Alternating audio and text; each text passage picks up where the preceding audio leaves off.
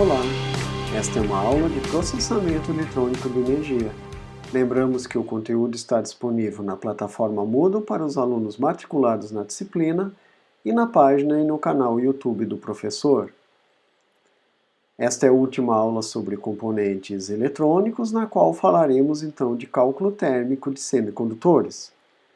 Lembrando que o estudo dos componentes eletrônicos é essencial, pois estes são, em sua maioria, os elementos que constituem um equipamento eletrônico. Para realizar o cálculo térmico, nós utilizamos um modelo aproximado, que considera então que o ponto mais quente do elemento é a junção, neste caso considerando que seja um diodo ou um transistor de junção, mas pode ser MOSFET e IGBT também. Então aquele será o ponto mais quente. E ao longo do caminho até o ambiente, nós temos então resistências térmicas, que representam a dificuldade para se retirar o calor lá da junção e trazê-lo para o ambiente e dissipá-lo então. Então entre junção e cápsula, que é o corpo do componente, nós temos a resistência JC, RJC, que é a resistência entre junção e cápsula. Por sua vez, entre cápsula e dissipador, nós temos RCD, que é a resistência então entre cápsula e dissipador. E finalmente, entre dissipador e ambiente, nós temos a resistência RDA, que será então a resistência dissipador-ambiente. Esta resistência RDA é que de fato caracteriza um dissipador, então em função dela é que nós identificamos e projetamos e por fim escolhemos então um dissipador de calor para o nosso componente ou conjunto de componentes. As temperaturas são dadas então em graus Celsius e as resistências térmicas são dadas em graus Celsius por watt. Com isso nós temos então uma equação que a diferença de temperatura entre a junção, que é o ponto mais quente, e o ambiente, que seria teoricamente o ponto mais frio na nossa região aqui, será então igual à resistência térmica entre esses dois pontos, multiplicada pela potência dissipada pelo componente. Então, isso significa dizer que a potência que o componente dissipa provoca um aumento de temperatura proporcional à sua resistência térmica. Então, a temperatura lá na junção será a temperatura que eu tenho aqui fora, a temperatura ambiente, mais esse aumento de temperatura provocado, então, pela potência dissipada no componente, proporcionalmente à sua resistência térmica.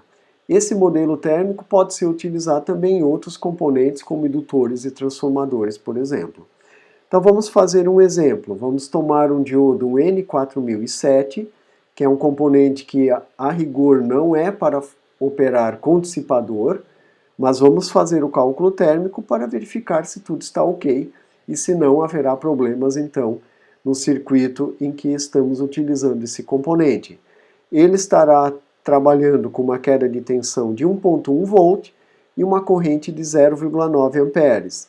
A temperatura ambiente será de 30 graus Celsius e a sua resistência térmica entre junção e ambiente é de 50 graus Celsius por watt. A temperatura máxima na sua junção permitida é de 175 graus Celsius. Vamos verificar então se está tudo ok ou se precisaria dissipador. Então calculamos a perda no diodo, multiplicando a sua tensão direta pela corrente direta, fazendo então 1.1 vezes 0.9, encontrando 0,99 watts. Esta potência multiplicada pela resistência térmica de 50 graus Celsius por watt provocará então um aumento de temperatura que, somado com os 30 graus do ambiente, fará com que na junção nós tenhamos 79,5 graus Celsius. Como 79,5 graus Celsius é bem menor do que 175 graus Celsius, que é a temperatura que ele suporta, então não haverá problema e não precisa utilizar dissipador ou nenhuma técnica específica de montagem. Este modelo de diodo, como não permite usar dissipador, caso estejamos em uma temperatura muito próxima da limite, ou seja, da temperatura máxima na junção, a alternativa que se tem é montá-lo afastado da placa de circuito impresso, para que o ar possa circular por baixo e melhorar então as características térmicas e o escoamento do calor, ok? Em último caso, não havendo possibilidade de melhorar então esse comportamento, coloca-se ventilação forçada. Não seria conveniente para um componente deste tipo. O adequado seria então substituir este componente por outro. Neste exemplo dado, não foi necessário, está tudo ok, o componente vai aquecer até 80 graus, isto para nós humanos é muito quente, mas para um componente eletrônico não há problema nenhum. Vejam que ele suporta 175, então ele estará operando sem problema algum. Um outro exemplo agora, utilizando um transistor MOSFET, modelo IRF540, que estará conduzindo uma corrente de 20 amperes, a temperatura ambiente agora é de 40 graus Celsius. Chama a atenção que o ambiente para o componente não é o nosso ambiente. Este ambiente é onde o componente está montado, então pode ser dentro de um gabinete, dentro de um rack e assim por diante. Depende onde o componente está montado com a sua placa de circuito impresso, por exemplo. Então 40 graus é a temperatura do ambiente em que está esse MOSFET. A sua resistência térmica entre junção e ambiente é de 62 graus Celsius por watt, ele tem uma resistência de 44 miliohms e suporta uma temperatura máxima de 175 graus. Vamos verificar se precisa dissipador. Então a perda no MOSFET é a sua resistência vezes a corrente ao quadrado, então 44 mili vezes 20 amperes ao quadrado, resultando em 17,6 watts. Vejam que é uma potência razoável, ok? Com isso, a temperatura na junção será os 40 graus da temperatura ambiente mais 62, que é a resistência térmica, multiplicado pela potência, que é 17,6, resultando então em mais de 1000 graus na junção. Ou seja, esse MOSFET literalmente vai evaporar, vai explodir, né? Não tem como funcionar com uma temperatura de 1000 graus na junção. Portanto, nós precisamos escolher um dissipador. Então, como fazemos isso? E aí vem um raciocínio importante. Se eu estou colocando um dissipador, eu não estou adicionando mais uma resistência no caminho, eu não estou colocando um RDA, que seria mais uma resistência entre junção e ambiente?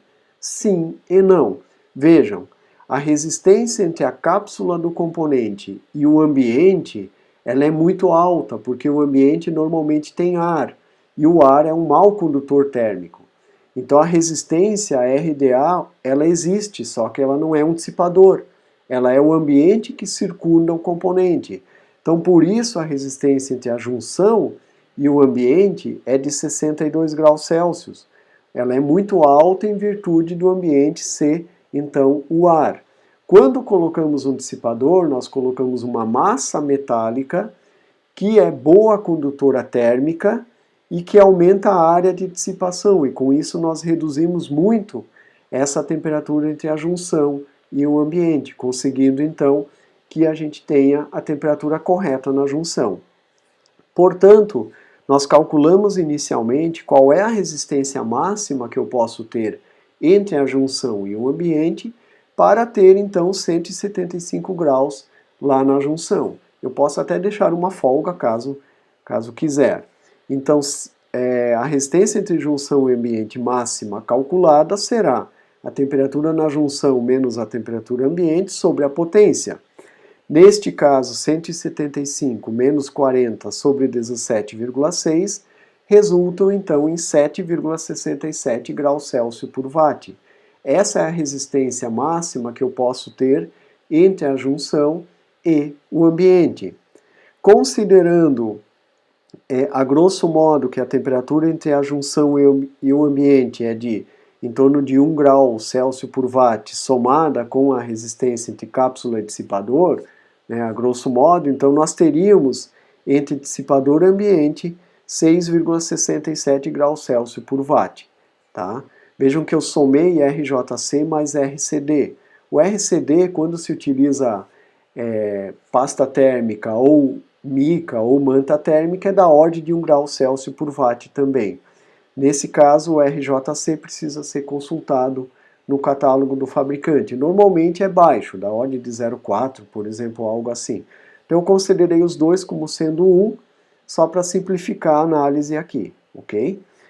Com isso, então, a gente tem um dissipador que tem que ter uma resistência térmica de 6,67.